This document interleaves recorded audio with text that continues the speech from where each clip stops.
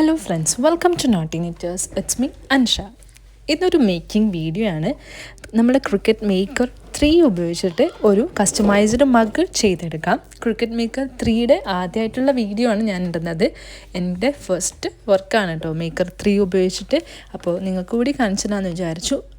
ഒരു മാറ്റവും ഇല്ല, ശരിക്കും നമ്മളെ മേക്കർ പോലെ തന്നെയാണ്, പക്ഷേ കുറച്ച് അഡ്വാൻസ്ഡ് ആണ്. നമുക്ക് പല മെറ്റീരിയൽസും മേക്കർ 3 ഉപയോഗിച്ചിട്ട് കട്ട് ചെയ്യാം. പിന്നെ അതുപോലെ തന്നെ ഫാസ്റ്റാണ് ആളുടെ വർക്കൊക്കെ.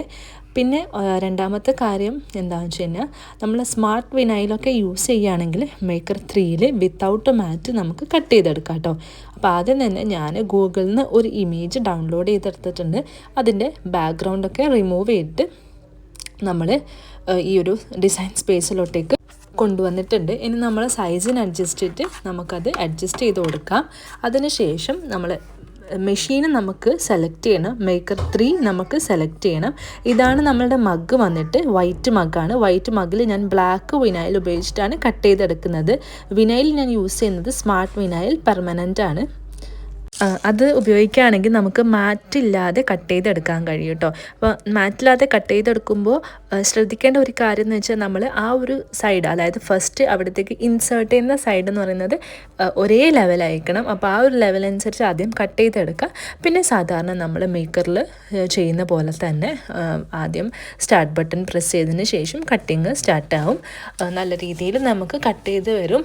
ഭയങ്കര സ്പീഡാണ്, പിന്നെ സൗണ്ടൊക്കെ കുറവാണ് കേട്ടോ. പെട്ടെന്ന് തന്നെ നമുക്ക് കട്ട് ചെയ്ത് കിട്ടും. അപ്പോൾ ഇതാ നമുക്ക് കട്ട് ചെയ്ത് കിട്ടിയിട്ടുണ്ട്. നമ്മൾ നല്ല രീതിയിൽ വീഡ് ചെയ്തെടുത്തു. സ്മാർട്ട് വിനൈൽ ആയിക്കൊണ്ട് പെട്ടെന്ന് വീഡ് ചെയ്തെടുക്കാൻ പറ്റുന്നുണ്ട്. ഇനി നമുക്കിത് ഈ ഒരു മഗ്ഗിലോട്ടേക്ക് വെച്ച് കൊടുക്കാം. നല്ല രീതിയിൽ ഒട്ടിച്ചു കൊടുത്തിട്ട് ട്രാൻസ്ഫർ ടാപ്പ് മെല്ലെ പീൽ ചെയ്ത് കൊടുക്കാം. അപ്പോൾ നമ്മളുടെ കസ്റ്റമൈസ്ഡ് മഗ് ഇത് ഇവിടെ റെഡി ആയിട്ടുണ്ട്. ഇനി നിങ്ങൾക്ക് മേക്കർ 3നെ കുറിച്ചുള്ള ഡീറ്റെയിൽ ആയിട്ടുള്ള വീഡിയോ വേണമെങ്കിൽ ഒന്ന് ജസ്റ്റ് കമൻറ്റ് ചെയ്യട്ടോ. ഞാൻ ഓരോ എന്തൊക്കെയാണ് വ്യത്യാസങ്ങൾ, മേക്കറും മേക്കർ 3 ആയിട്ടുള്ള വ്യത്യാസങ്ങൾ എന്തൊക്കെയാണെന്നുള്ളത് വീഡിയോ ചെയ്തിട്ട് ഇൻഷാല്ല പോസ്റ്റ് ചെയ്യട്ടോ. അപ്പോൾ നമ്മളുടെ മഗ് ഇതാ റെഡി ആയിട്ടുണ്ട്. ഈ മഗ് വേറെ ഒന്നിനും വേണ്ടിയിട്ടല്ല, നിങ്ങൾക്ക് വേണ്ടിയിട്ട് തന്നെയാണ് ഞാൻ ചെയ്തെടുത്തിട്ടുള്ളത്. ഒരു വലിയ ഗിവ് അവേ വരുന്നുണ്ട്. Stay tuned. അപ്പോൾ താങ്ക്സ് ഫോർ വാച്ചിങ്. ബൈ.